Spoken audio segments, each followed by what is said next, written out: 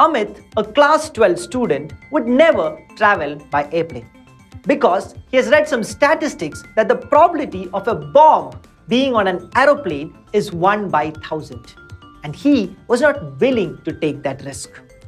Once he had to travel from Bangalore to Kolkata on some emergency and he had no other options. So he decided to take a plane and thus got ready for his first ever air travel. While he passed through the security check at the airport, a bomb was discovered in his carry-on luggage.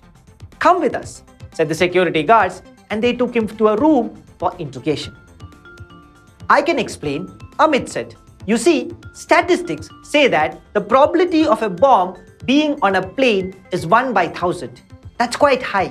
If you think about it, so high, in fact, that I wouldn't want to travel on a flight at all." "And what does that have to do with you carrying a bomb on board?" asked the security guard to him. "Well, the probability of one bomb being on my plane is 1 by 1,000. But the chance of there being 2 bombs on my plane is only 1 by 1 million. So if I bring a bomb, the probability of there being another bomb on the plane is very, very low." Do you agree with Amit's argument that bringing a bomb reduces the probability of another bomb in the plane? Do you think Amit carrying or not carrying a bomb would affect the probability of someone else carrying a bomb into the plane? Let me give you a different scenario. You're waiting for a train at a random railway station. Suppose, from statistics, you come to know that the probability of the train coming on time to this station is PT. After waiting for some more time, you come to know that the train has left the previous railway station on time.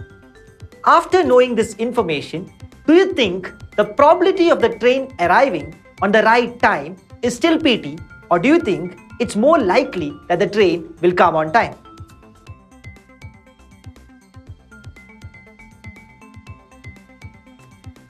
To understand these two scenarios of carrying a bomb on a plane and train arriving on time, you need to understand something called as conditional probability.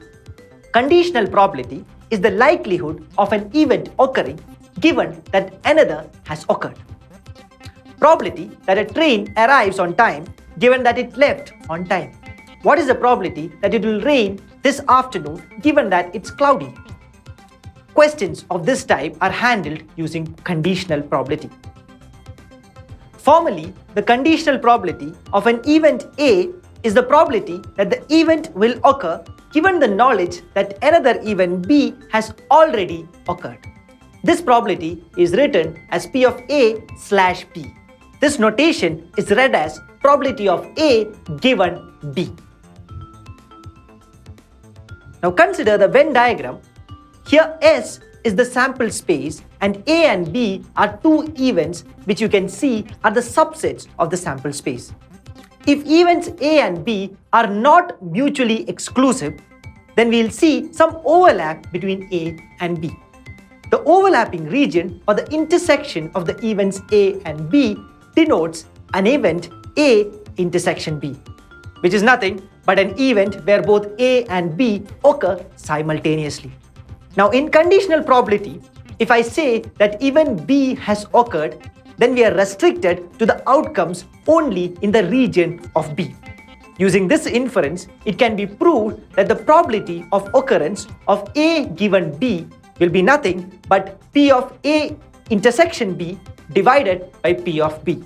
So the conditional probability of P of A given B is equal to P of A intersection B divided by P of B. This obviously will make sense only if P of B is not equal to 0.